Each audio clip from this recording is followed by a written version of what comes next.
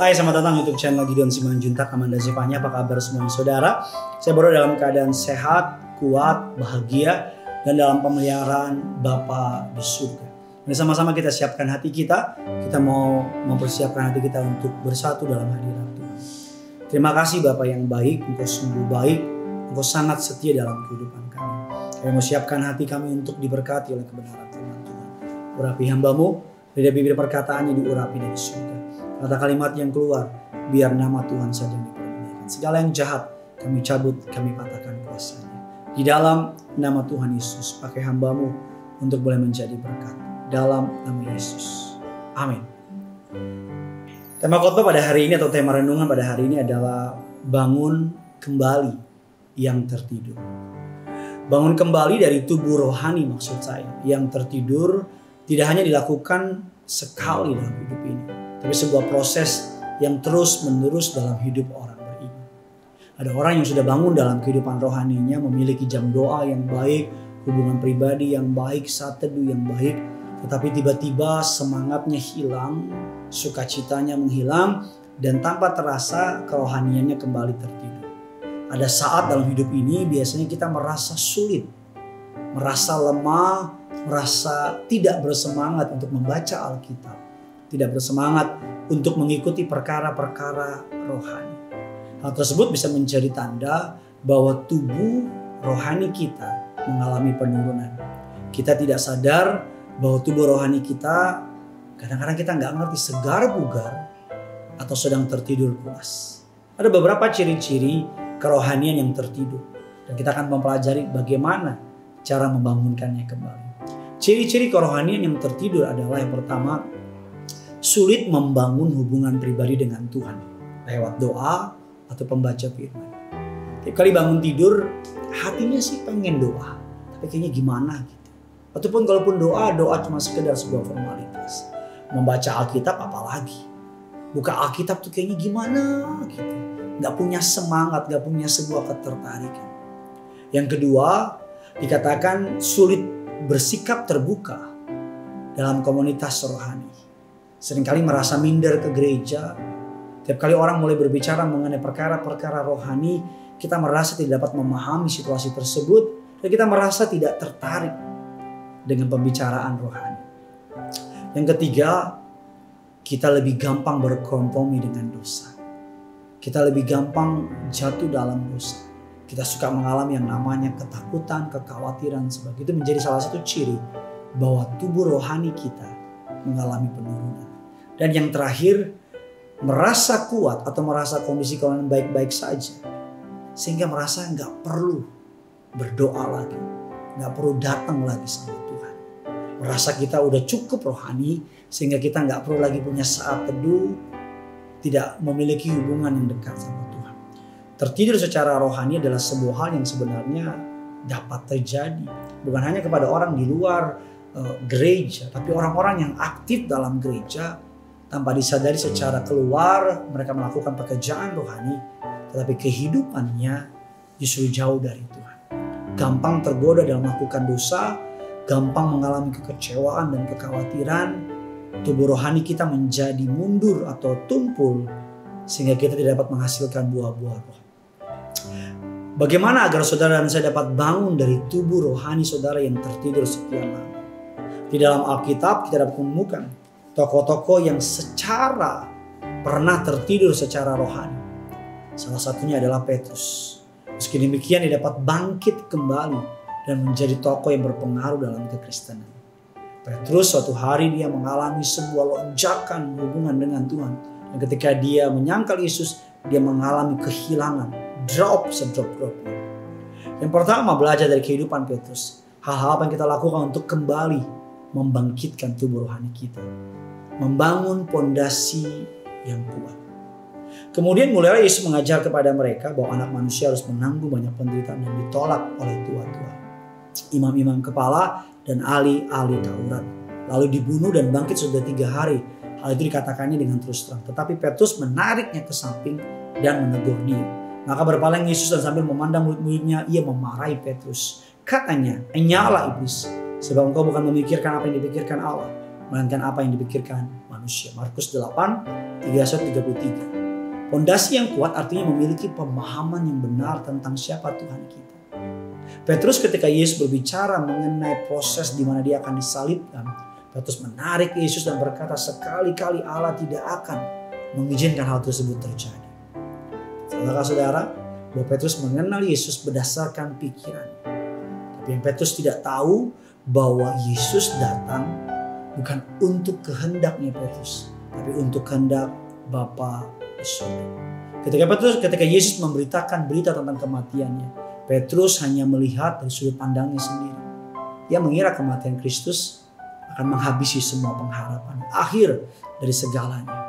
Padahal kematian Yesus adalah awal dari segala kebaikan kita yang akan kita terima dalam kita mengikut Yesus. Ingat tujuan yang Tuhan berikan kepada kita.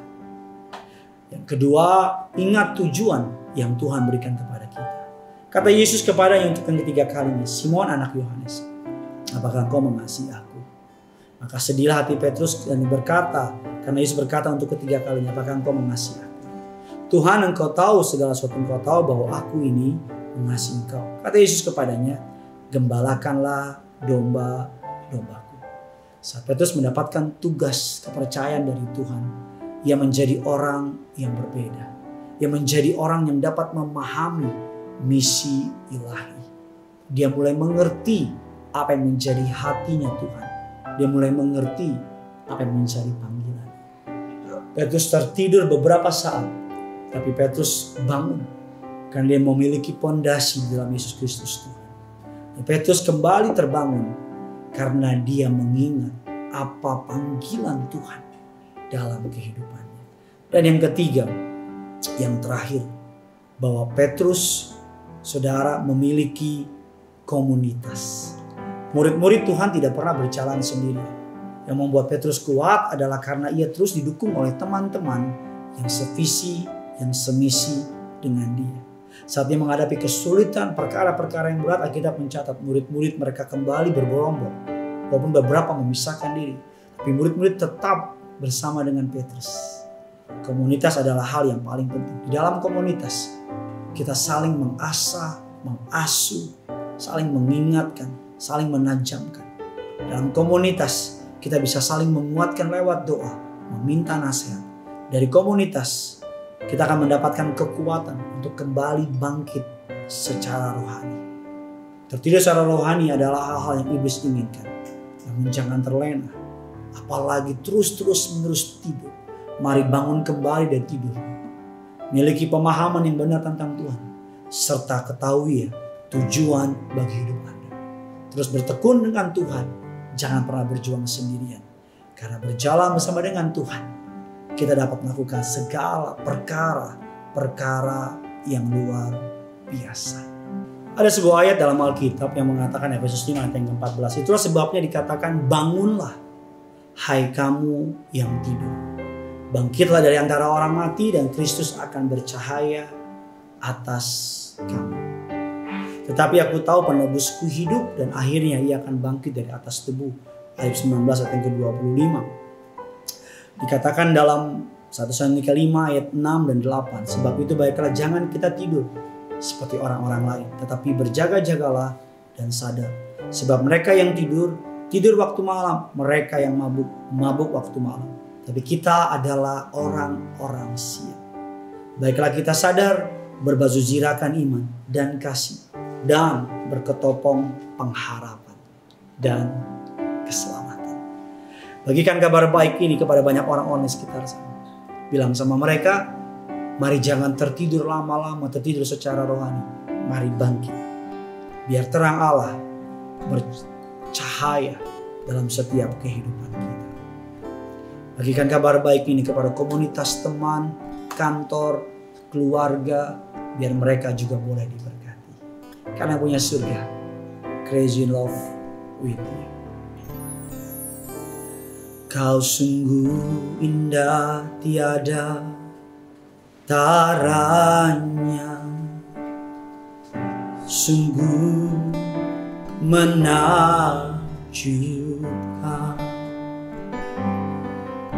Sungguh ajaib untuk dimengerti, lebih dari semua yang ada. Hikmat-Mu tiada terselami, kasih-Mu dalam tak terduga. Kau sungguh indah tiada taranya, mulia dan berkuasa. Ku kagum hormat akan Engkau, ku kagum hormat akan Engkau. Kau Allah yang layak dipuji, ku kagum akan Engkau. Ku kagum hormat akan Engkau, ku kagum hormat akan Engkau. Kau Allah yang layak dipuji, ku kagum akan. Ada lebih sungguh lagi, kami kagum Tuhan, hormat akan Engkau.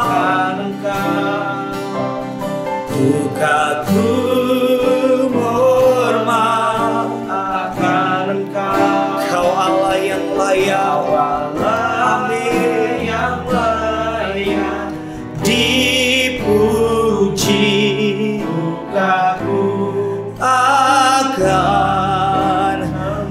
Ku kagum hormat